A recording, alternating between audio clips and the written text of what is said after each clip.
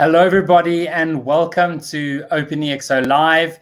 It's really great to be with you at a bit of a different time this week as we have Amritaa Sekhon with us, who is from Melbourne in Australia. And so we have a time that's a little bit better for her. And so in the evening for most of our people watching from the US. And as you can see, we have a great lineup of folks all the way into December and beyond. So before we get Amritaa up with us on screen, I did want to just share a few things that some community members shared about Amritaa. So first of all, we just have this comment from Joy, which just says, Amritaa is amazing. I really enjoyed working with her in Sydney. She's a brilliant, focused, and creative. And then next up, we have from Christina, Amritaa's energy and capacity to engage with individuals and organizations is boundless. She is both visionary and actioneer. Amritaa's heart is as big as her vision. She is driven to create better communities and ultimately a better planet. And then lastly, from Amber, who just said, we cannot place measure on a person's heart, and it's as its true weight is in its soul. With Amritaa, you feel that the moment you meet her, she is kindness personified.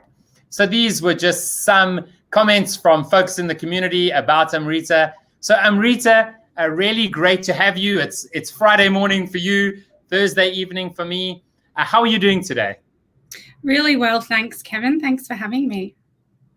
Yeah, it's more than a pleasure. So Amritaa, we always start these conversations with community members just asking, can you give us a bit of background about yourself and how you came across the OpenExO community?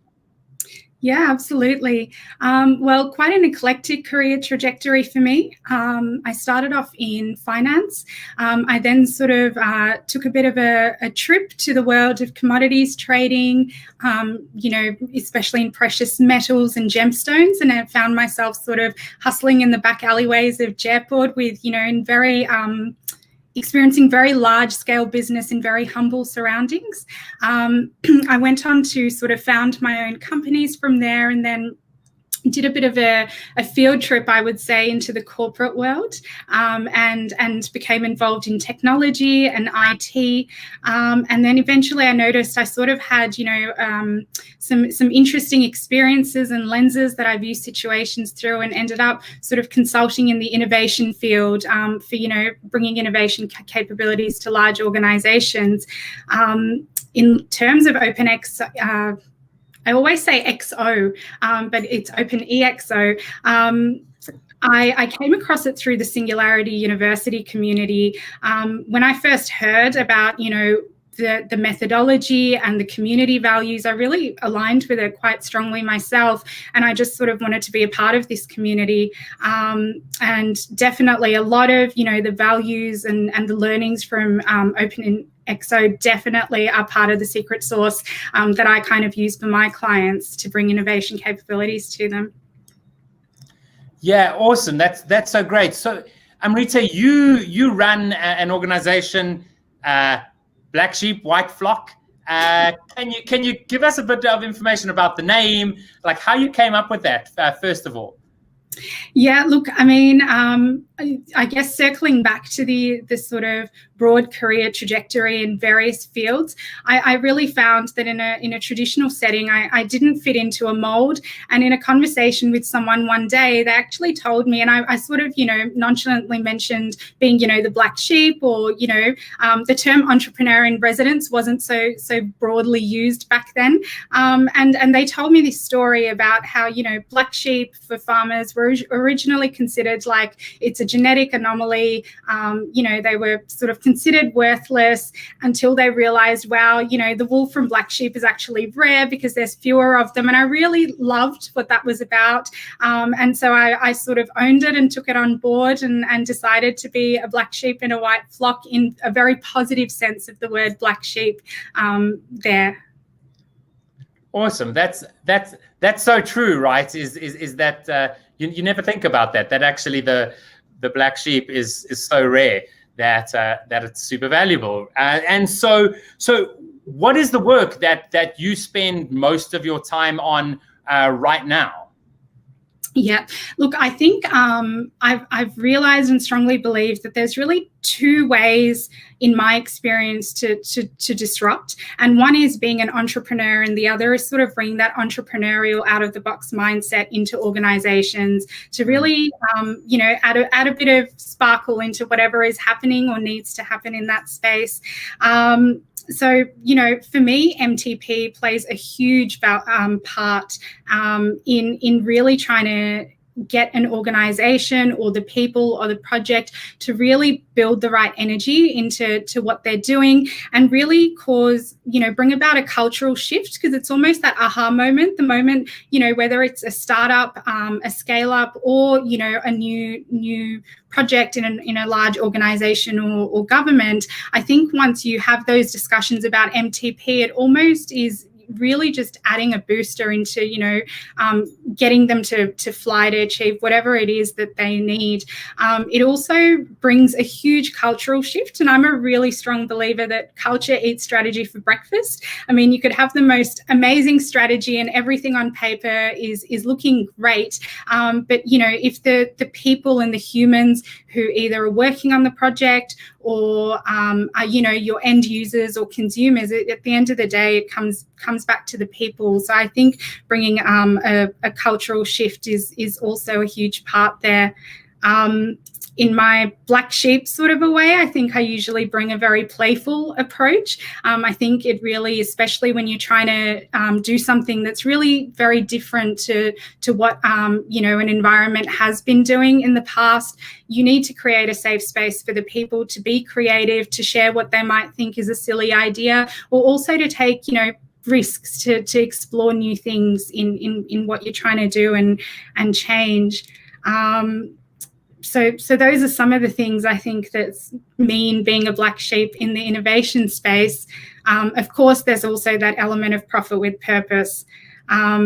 I think more and more the consumer is becoming aware of that, and people are realizing that, how you spend your dollar or whatever currency you are spending in is really a vote towards the kind of future you want. So I think it's been great to see that profit with purpose is becoming kind of the new norm, I would say.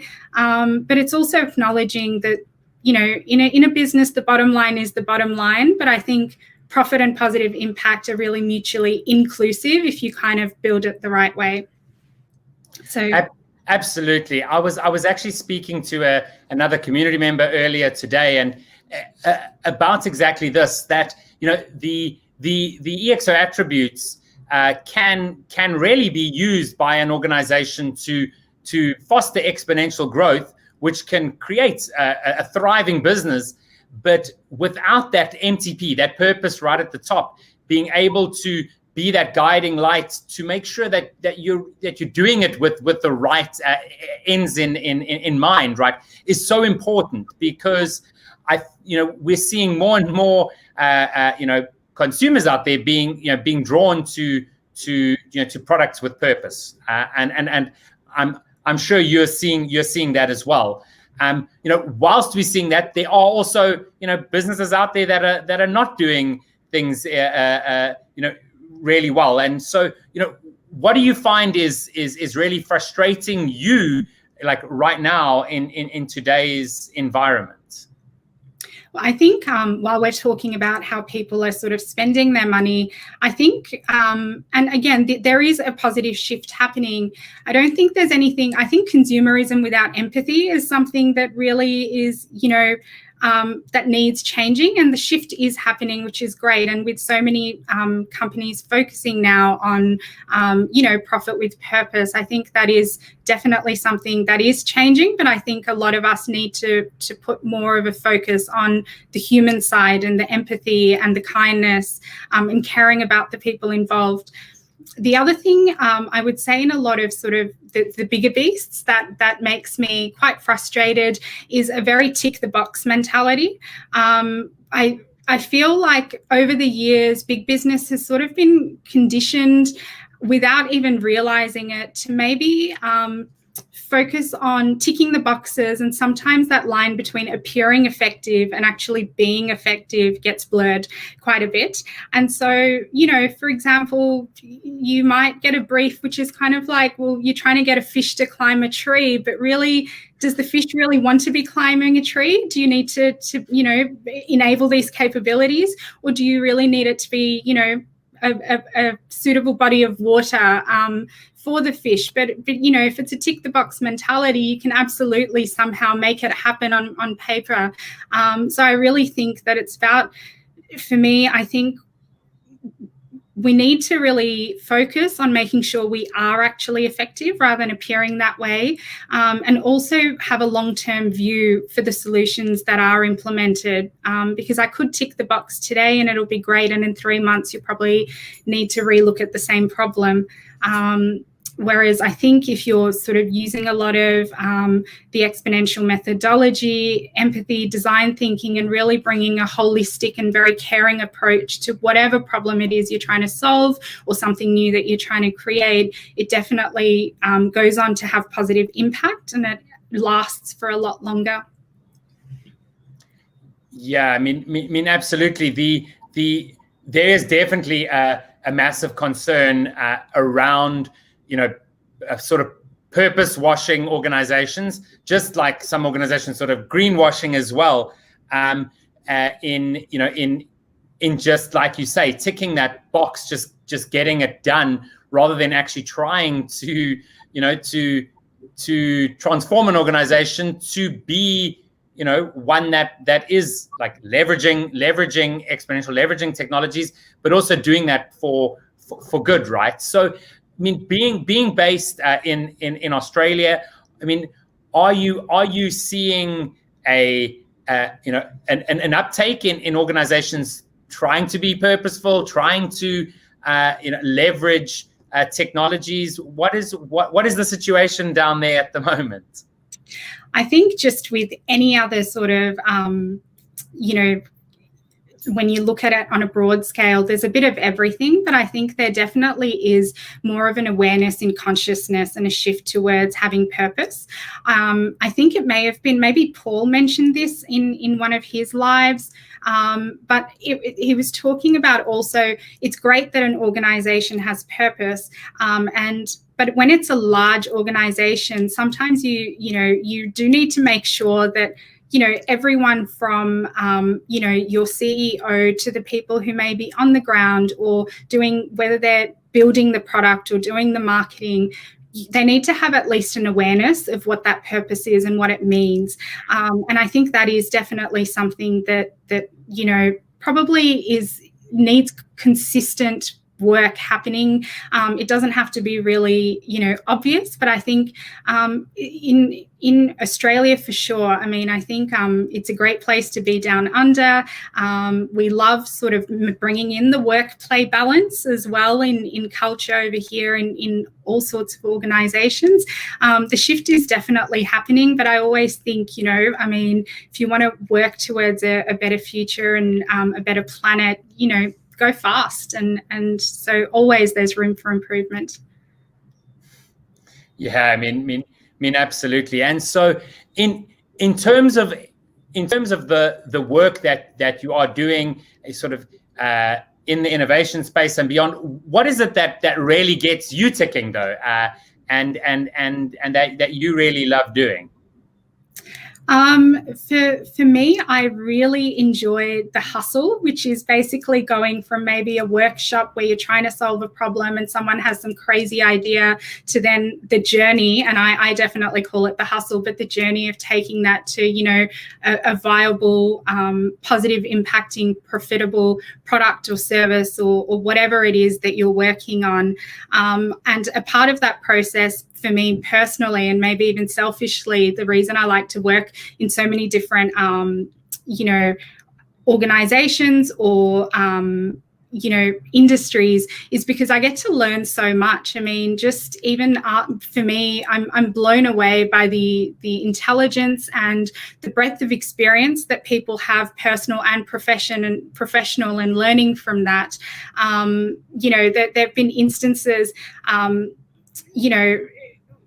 I think one of the examples that I've shared in the past, which, you know, I kind of went from working in commodities into working in technology infrastructure, and it completely blew me away. It was a whole new world.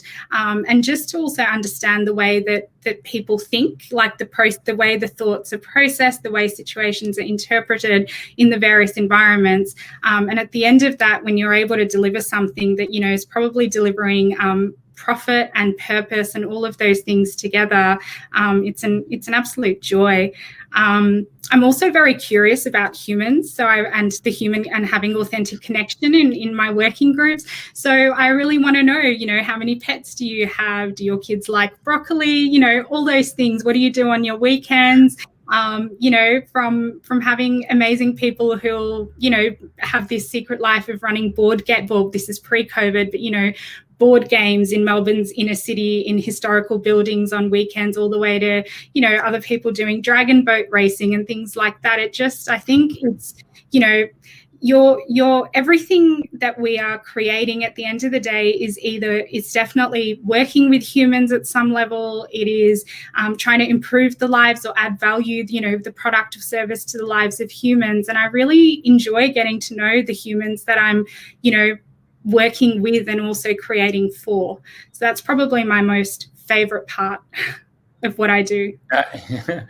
Absolutely. And I really enjoy the fact that you brought up, you know, that diversity of people and what people do, right?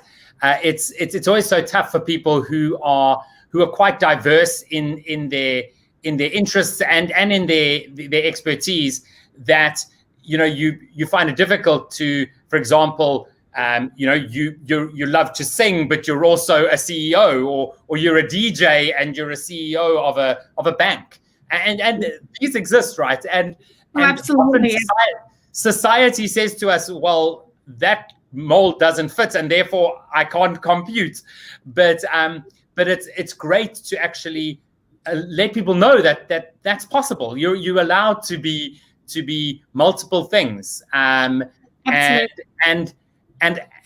think with our world being super, you know, everything gets shared and is online and whatever, some people might shy away from wanting to do that because, but I don't want this society to know what I do, you know, etc. But it's something that I actually had a conversation with David Orban. He's a member of our community, and I was in Gibraltar, and we were on a ship actually speaking about exactly this, and how it's important for humans to, you know, to live out all those different facets of themselves. So absolutely. And I think that will absolutely, like in your professional life and when you're trying to accomplish, you know, accomplish great things on tight timelines and in pressure cooker situations, I think being comfortable with also, you know, being the same person to an extent. I don't think you need to be a completely different person, and more we see this happening as well in younger generations.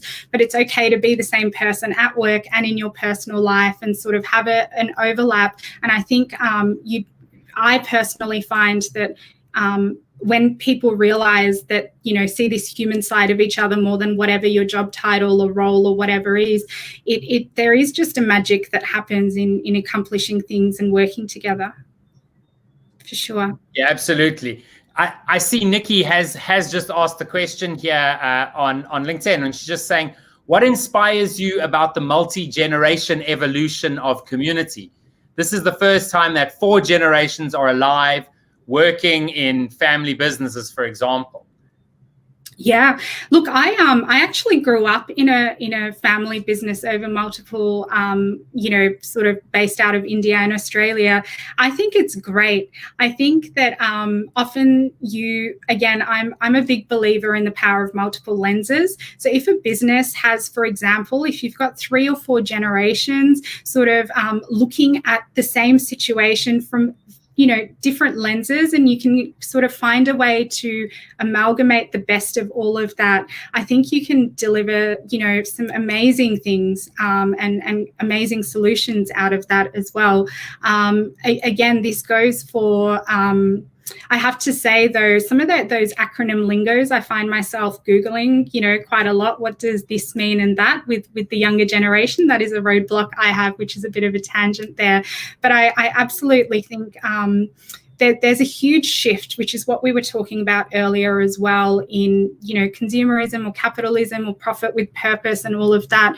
And I'm very excited to see a lot of those younger people getting into the boardroom, because I think that they bring a really conscious and empathetic view to business, or to governance, or wherever they are. There's been a huge shift in consciousness, I think, and I'm not saying that it needs to be just millennials in decision making or just that, but I think that having multiple views is just priceless, and I think it's a great time to be alive, to be in communities such as this, and to be in business. Hustling, all of us. Absolutely, and I think you're 100% right there. What's super important is that all those multiple generations are working with one another open-mindedly, right? In a way that it's saying, how can we learn from one another? How can we be better because of one another? Versus, I've been in the business for 50 years. I know what I'm doing. You're wrong. Yes. Which unfortunately we do see in some situations. Oh yes, I've seen this in like our family dinner table meetings where and and we're North Indian, I'm Punjabi, so it almost it's very passionate and it's very entertaining if you're not involved in this conversation. But I think as long as it gets discussed, and it's fine if you say this is what I think and that is wrong. But I also think that at that time you can have that opinion, listen to other to what others have to say, and I think in a way if you can bring all of that together, I think it's quite a powerful thing. I think it's almost in a way a competitive edge if you can have that many, different views working towards a solution. The process may be challenging, but I think the outcome definitely is incredible. Absolutely. So, I mean, Amritaa, it's been great to chat to you. As we end off, is there anything you would like to share with those watching? How can people find you, get hold of you? And any last words you'd like to share as we end off the call? Well, you can find me on LinkedIn, so please connect. If you're not already a part of the OpenExO community, it's a wonderful space to be. The mindset, I mean, for me, it's absolutely a recharge for the brain and the soul, really, with some of the conversations that happen in there. So if you aren't already, I highly, highly recommend and encourage you to connect with the OpenExO community. I'm sure, Kevin, you will have some links happening already for that, and just be yourself and have a lot of fun with what you do. I think that sort of energy of bringing fun to good work brings about some incredible outcomes. Awesome. Well, Amritaa, it was really great to chat to you. It's been a while since we actually chatted, and I hope things go well there in Melbourne. Have a fantastic Friday and a great weekend. Thanks for joining us. Thanks so much. So that was Amritaa calling from Melbourne. Great to meet the amazing community members we have within the OpenExO community. As we leave today's call, I'm going to be ending off with a video about an event that we are planning currently. So this is just a quick sneak peek about what it's all about.